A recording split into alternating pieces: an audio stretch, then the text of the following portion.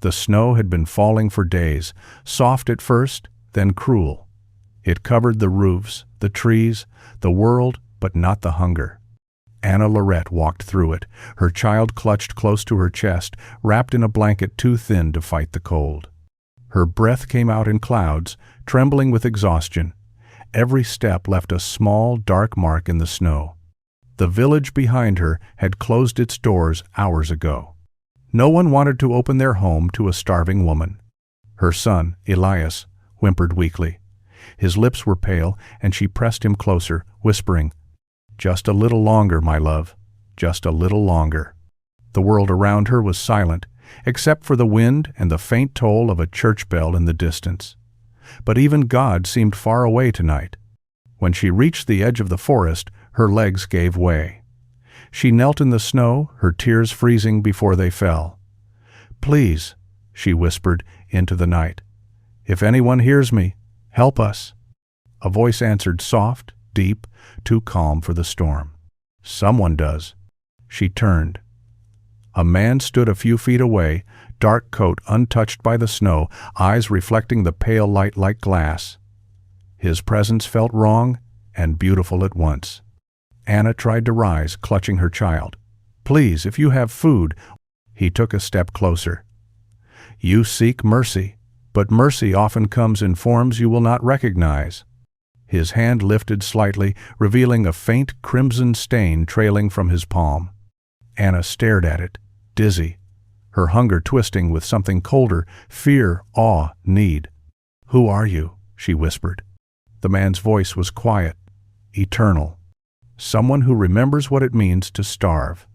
He knelt before her, offering his bleeding hand. "Drink," he said gently, "and you'll never be hungry again." Anna looked at the blood, then at her child, then back at him. And though she didn't yet understand what he was offering, she felt that the moment she accepted, her soul would never again belong to winter. The taste of blood was still warm on her tongue. It wasn't bitter, nor metallic, as she'd feared. It was like swallowing fire and moonlight at once. The world swayed around Anna, then sharpened. She could see every snowflake as it fell, each one clear and unique. The stranger's hand no longer bled. The wound had sealed itself before her eyes. He studied her quietly. "It takes a moment," he said. "The hunger will fade, the pain will follow." "What did you make me do?" she whispered. Her voice trembled between gratitude and terror. "I gave you what you asked for," he said softly. "Mercy."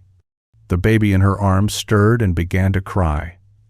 His small heartbeat pounded in her ears, louder than the storm, louder than her own thoughts.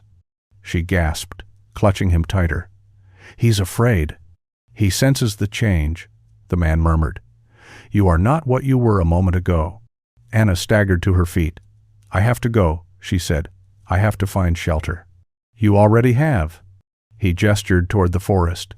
Through the veil of snow, a path she hadn't seen before now wound uphill, leading to a great house whose towers pierced the clouds. Its windows glowed faintly, golden and alive. She hesitated, shivering. "That wasn't there." "It was," he said, "but you could only see it after you drank." He walked ahead, his steps making no sound on the snow. She followed because there was nothing else to do, and because, for the first time in weeks, she could stand without shaking. At the gates, wrought iron opened by itself, as though the house had been waiting for her.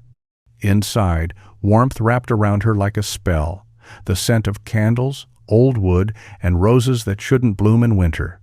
She turned to face him, ready to demand answers, but he was already watching her with a strange tenderness. "Who are you?" she asked again. He smiled faintly. "A king without a kingdom, a heart that stopped beating long before yours." His gaze fell on the child in her arms. "And now," he murmured, "you are part of what I've lost." Anna shivered, not from cold, but because in that moment she realized he had not just saved her life. He had claimed it. The hall was vast, lit by 1,000 candles that burned without smoke. Portraits stared from the walls, faces noble and pale, their eyes following Anna as she crossed the marble floor. Every sound seemed to echo too long, like the house itself was listening.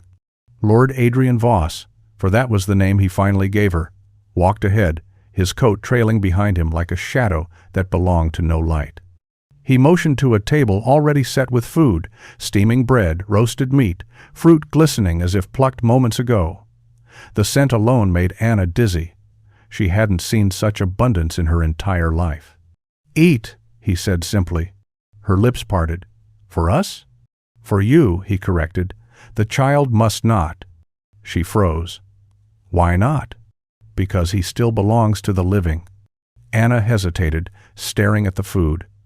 Hunger screamed inside her, but beneath it, another urge, a deep, impossible craving that had nothing to do with bread or warmth, began to rise. She looked at her hands. Her nails were darker, her skin pale as snow. She could hear the soft, rhythmic sound of her son's heartbeat, every thud clear as music. "What's happening to me?" she whispered. Adrian poured wine into a goblet, red, thick, shining under the candlelight. "The body remembers what it was," he said, "but it's learning what it will be." Her throat burned at the sight of the wine. She could smell iron beneath the sweetness. "It's blood," she realized. He nodded once. "And mercy, as promised." Her hands trembled as she lifted the goblet. "If I drink this, I'll be like you." His voice softened. "No. You'll still be what you were, just without need." Anna glanced at her child, asleep on the chair beside her, his face angelic in the firelight. "And him?" she asked. "He will never know hunger again either," Adrian said, "but in another way." "What way?" He looked at her long enough for her to understand. She stood abruptly, horror twisting in her chest. "No, you can't." He reached out, calm but unyielding. "You came to me begging for life. I am giving you eternity. Do not curse the hand that feeds." She backed away, clutching her son. "If this is mercy, then you are God's cruelty made flesh." Adrian's eyes dimmed, not with anger, but with sorrow. "God no longer walks in this snow, Anna. I am all that's left." And as she turned toward the door, the candles dimmed in unison, leaving her standing in the dark, her child's heart beating like a drum inside her skull. The doors slammed behind her as if sealed by unseen hands. Anna pressed her back against the cold wood, holding Elias tightly. The house was silent, but she felt it breathing around her, alive, aware. Footsteps echoed somewhere above, slow, deliberate. She turned toward the grand staircase, her fear building with each creak. Adrian Voss appeared at the top, his coat unbuttoned now, his shirt flecked with crimson. He didn't descend at once. He simply watched her, the faintest ache in his expression. "Why do you tremble?" "You know why," she said. "You fed me something I don't understand." "I saved you," he replied quietly. "The body needs what the soul refuses. You drank because you wanted to live." Anna's throat tightened. "To live, yes, not to become whatever you are." He walked down slowly, every movement graceful, unthreatening, like he was approaching a frightened animal. "And yet, what am I, Anna?" "Your death," she whispered. He stopped a few steps above her. "No, death is kind. It forgets you. I remember everything." She shook her head, clutching her son closer. "You call this mercy?" He looked at the child sleeping peacefully, untouched by the fear in the room. "What do you think mercy is?" "Not this. Mercy," he said softly, "is not the absence of suffering. It's the end of it, even if the end comes wearing teeth." Her eyes filled with tears. "You can't have him. You said he belongs to the living, and he will stay among them," Adrian murmured. "But you will not." Anna's breath caught. "You mean to separate us?" "To save him," he answered. "You already hear his heartbeat like music, don't you? Tell me you wouldn't drink from that song if your hunger returned." Her silence was answer enough. He stepped closer, lowering his voice. "The hunger will come back, Anna, not for bread nor warmth, for blood, for memory, for him." A single tear slid down her cheek. "Then why save me at all?" He hesitated. Then, quietly, "Because I once believed a mother's love might be stronger than my curse." He turned away before she could answer, his shadow retreating into the upper hall. Anna looked down at her son, who stirred in his sleep, and for the first time she feared not for his death, but for her own heart's appetite. By the time dawn touched the windows, Anna hadn't slept. She sat in the same chair beside the fire, her child warm in her arms, her thoughts colder than the snow outside. The house had no clocks, but she felt the passing of hours like the pull of tides, each one dragging her further from what she once was. When Adrian appeared again, the flames dimmed, as though even the fire bowed to him. His coat was gone now, his sleeves rolled to his forearms. In the dim light, he looked almost human. Almost. He carried a crystal chalice, filled, again, with that same dark wine. "I came to give you truth," he said quietly. "The choice is yours." Anna's eyes lifted. "Choice? You think I still have one?" He set the chalice down, the sound of glass on stone echoing through the silence. "You do, for now." Her voice was hoarse. "You said you wouldn't take him." "And I haven't," he said. "But if you wish to keep him safe, you must understand what you are. The hunger will not wait for your will to catch up." She hugged Elias tighter, her lips trembling. "Then take it away. Whatever you did to me, undo it." Adrian's expression didn't change. "I can't. I can only finish it." He leaned forward, voice low, deliberate. "Drink again. Fully this time. Let it take you. You'll never feel hunger, cold, or pain again. You'll have eternity to remember him and to protect him from afar." Anna stared at the chalice. The scent of it filled her lungs, sweet, wrong, magnetic. Her stomach twisted. "And if I don't?" He met her eyes, sorrow in his gaze. "Then the hunger will turn on what you love first." She looked at her child. His small chest rose and fell, fragile, human, alive. Her whisper was barely audible. "Will he forget me?" "I can make him," Adrian said softly. "He will dream of a mother who went into the snow and never returned." Tears filled her eyes. "And I'll remember him forever." He nodded. "That is the mercy I offer." She reached toward the chalice, her hand trembling. The closer her fingers came, the more her veins seemed to glow beneath her skin, like fire crawling under ice. "Drink," Adrian said again, but this time it wasn't a command, it was a plea. Anna's lips brushed the rim, her reflection trembling in the blood-red surface. "For him," she whispered. And when she drank, the fire in her veins turned to silence, the kind that never ends. When the chalice emptied, Anna collapsed to her knees. The fire dimmed to a thin thread of ember. Every sound in the world, wind, heartbeat, even breath, stopped for a moment, as if the house itself was holding still to listen. Then it came, a pulse, not from her heart, but from everywhere else. Her skin glowed faintly, veins like rivers of light under moon-pale flesh. Her lungs filled without air, her eyes burned with color. The pain was unbearable. Then suddenly, it wasn't. She looked up, trembling. Adrian stood before her, silent as stone. "Is it done?" she whispered. He nodded slowly. "You are born again." Her voice broke. "Then why does it feel like dying?" "Because it is both," he said. "You have crossed where the living cannot follow." She turned to the chair where her son slept. His face was soft, unknowing. The smell of him warm skin, milk, innocence, pierced her like a blade. The new hunger struck like lightning. Her throat burned, her teeth ached. She stumbled backward, choking on the scent. "Help me," she gasped. "Please, he's my child." Adrian reached her in an instant, his hands cold on her face. "Focus on my voice. I can hear his blood. You must learn to silence it." "I can't." He gripped her wrists. "Then you will lose him," she cried out, the sound raw and inhuman. For a heartbeat, she saw herself reflected in his eyes, her mouth red, her fangs bared, a creature she didn't know. Adrian pulled her against him, forcing her gaze upward. "Look at me, Anna. Not him. Me." Her breathing slowed. The firelight steadied. He brushed a tear from her cheek. The hunger never ends. It only learns obedience. Her voice trembled. And if it doesn't? Then I will end you myself. She searched his face. No cruelty, no threat, only sorrow. Why help me? Adrian's reply was quiet. Because centuries ago, someone saved me from becoming what you almost did. He looked toward the sleeping boy. You'll leave him before sunrise.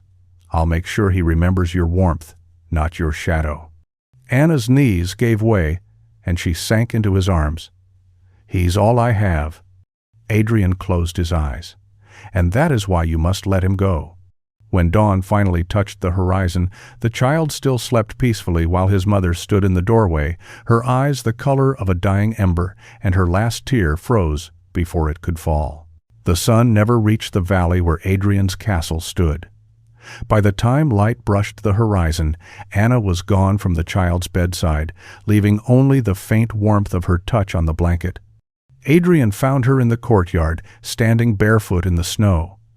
The cold didn't touch her anymore. The wind bent around her like she belonged to it. Her eyes, once soft brown, had turned silver gray, catching the dawn as if it were a mirror. "You stayed too long," he said quietly. "I wanted to see the sunrise," she murmured.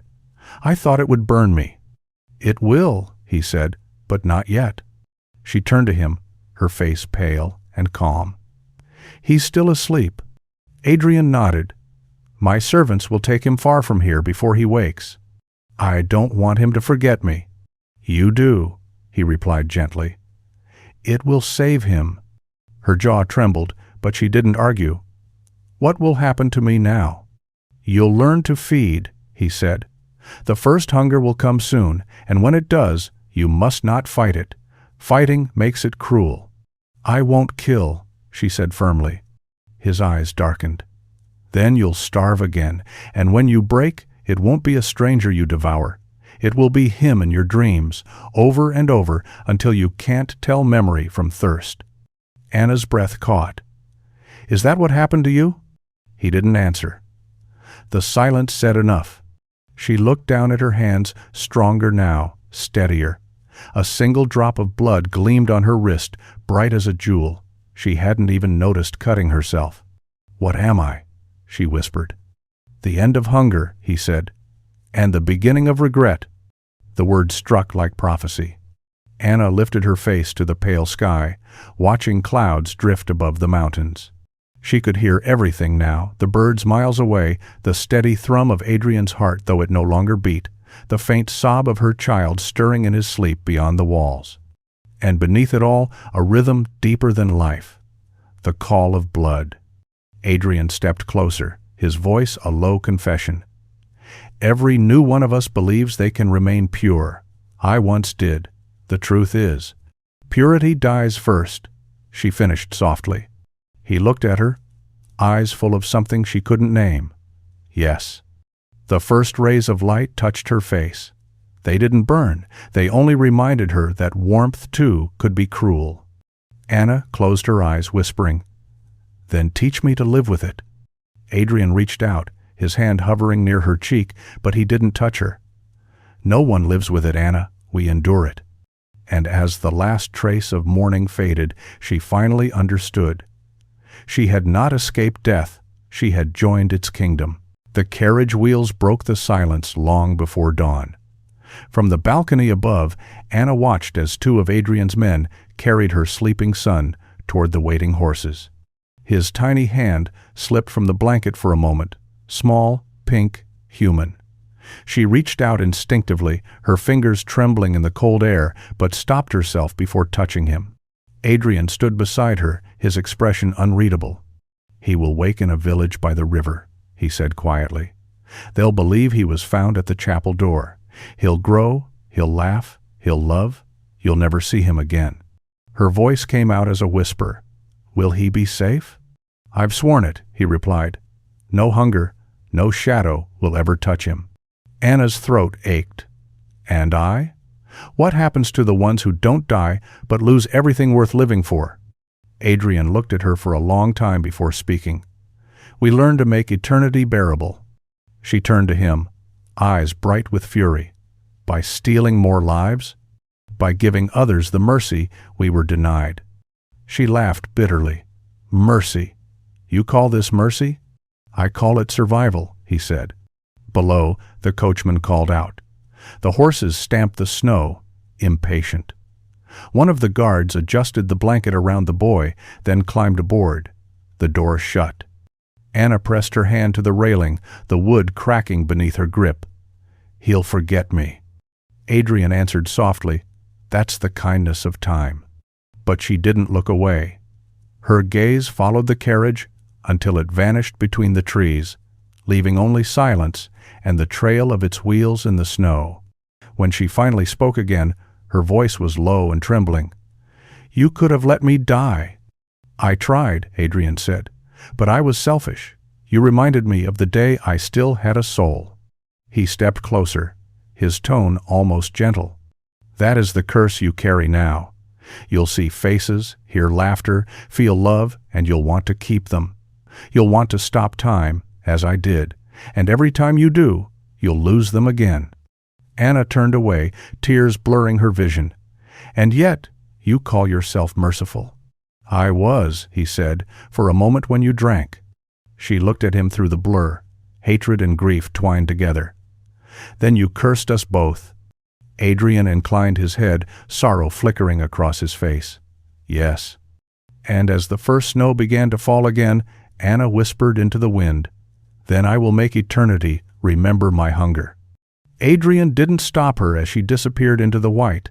He only watched the quiet of a man who knew the price of mercy far too well and had paid it once more. Years passed, though neither of them changed. The world beyond the mountains shifted railways, telegraphs, new empires, but inside those forests, time moved in circles. Anna wandered through them like a ghost wearing skin, her hunger now tamed but never gone. Every winter, she returned to the same ridge where the road bent toward the river. From there, she watched carriages pass, heard laughter carried on the wind, and searched for a heartbeat she would never mistake for another's. Adrian always found her there. He never approached until she spoke first. This is where they took him, she said one night, her voice small beneath the stars. The snow hasn't melted since. You shouldn't come back, he told her. I can't help it. It's the only place that still remembers. He stood beside her, his presence like the echo of warmth. He would be a man now, Adrian said. Anna closed her eyes. And old enough to curse the name of the woman who left him. You gave him life, he reminded. That was the last human thing you did. She turned to him sharply. And what have you done that was human, my lord? The question lingered. He didn't answer. Instead, he reached into his coat and drew out something small, a wooden toy soldier, worn smooth by time. He left this in the carriage that morning. I kept it. Anna's hand trembled as she took it. For a moment, her hunger was replaced by something crueler memory. Does he live? Adrian nodded once. He became a poet, wrote of ghosts and mothers made of snow. He doesn't know why the sound of a lullaby sometimes makes him cry. Anna's voice broke. And you? Let me live knowing that? He met her gaze, silver eyes full of tired ache. I loved you for what you were before mercy, before hunger. I thought giving you eternity would save that love, but I only made it eternal. She laughed softly, without joy. Then we're both prisoners. Perhaps, he said, but only one of us built the cell.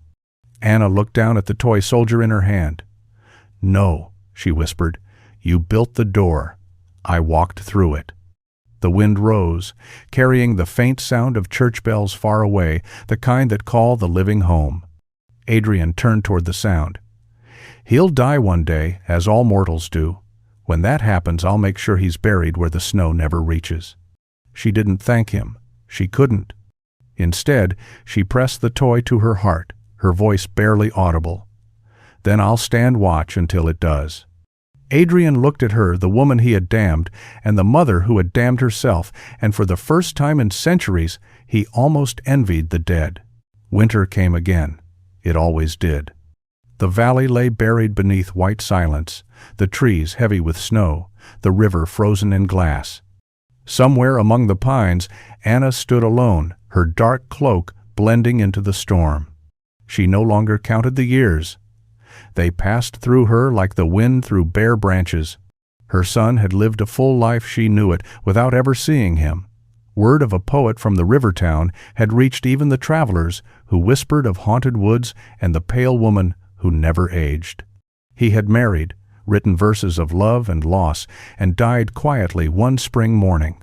Now she wandered again to the place where the road turned toward his village. There was a small grave there, marked only by a stone and a carving of a child's toy soldier. She knelt before it, brushing the snow away. "I never stopped watching," she murmured. "I only learned to do it from the dark." The hunger still lived inside her, but it had changed. It wasn't for blood anymore, it was for what blood could never give back. Behind her, the snow shifted. She didn't turn, she already knew his steps. Adrian stood a few paces away, the storm swirling around his black coat. He looked older somehow, though age was a lie between them. "He rests," he said. "I know." Her voice was calm, almost peaceful. "It's strange. The pain doesn't fade, but it stops hurting." "That's what eternity does," he answered. "It teaches pain how to sleep." Anna rose, the wind tugging at her hair. "Is that what you've learned then? To sleep through it?" He smiled faintly. "No, to stay awake and bear it." For a long time they said nothing. Snowflakes melted against their skin and froze again before falling. Finally, he whispered, "You hate me still." "No," she said. "You only gave me what I begged for. The rest was mine to ruin." Adrian's eyes softened. "Then you forgive me." Anna's gaze drifted to the grave. "Forgiveness is for the living." He stepped closer. "And what are we?" She looked at him, then really looked, and in her eyes there was something terrible and beautiful all at once. Not love, not hate, but understanding. "We are hunger," she said, "the kind that learns to live without feeding." The wind howled through the pines, scattering the snow between them. When it settled, she was gone. Only her footprints remained, leading nowhere and everywhere. Adrian stared at the empty path until dawn touched the sky, faint and colorless. And for the first time since she drank from his hand, he felt it again, hunger, sharp and endless, not for blood, but for the sound of her heart when it was still human. The Vampire King bowed his head and whispered into the cold, "Drink, and you'll never be hungry again." But this time, the words sounded less like a promise and more like a prayer unanswered.